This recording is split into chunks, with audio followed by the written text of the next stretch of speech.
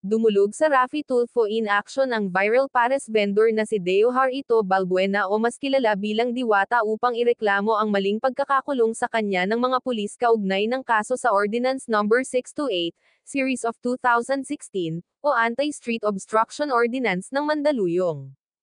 Kwento ni Diwata, pumunta ang mga pulis mula sa warrant section ng 13 Martires, Cavite sa kanyang bahay sa General Trias noong ika-7 ng Oktubre para i-serve ang warrant of arrest na inisyu ng Korte ng Mandaluyong laban sa isang Deohar Ito Balbuena at siya'y kinulong.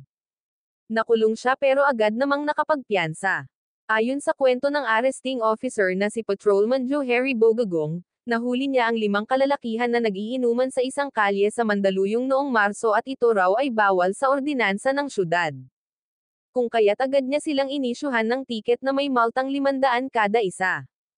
Ang 4 ay nagpakita ng ID at ang pang-5, pagkatapos ng mahabang diskusyon ay saka nag-produce ng teen ID na may malabong picture. At nang hingian niya ng karagdagang impormasyon o ng iba pang ID na malinaw ang pang-5 lalaki, sinabihan siya nito na hindi raw pwede dahil labag ito sa Data Privacy Act. At ang nakapangalan sa teen ID na ipinakita ng pang-5 lalaki ay Deohar Ito Balbuena na may address sa mismong dating tinitirhan ni Diwata sa Cavite.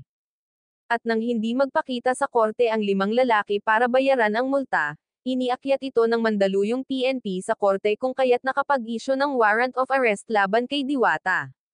Sa panayam ni Senador Raffy kay Bogagong, na hindi ang kilala niyang Diwata sa social media ang kanyang nahuli noon.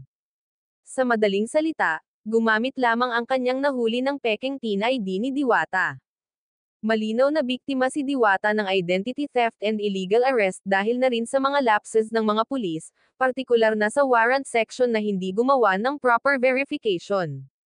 Ayon kay Diwata, kaya siya nagpatulfo ay dahil ayaw na niyang mangyari sa ibang tao ang nangyari sa kanya.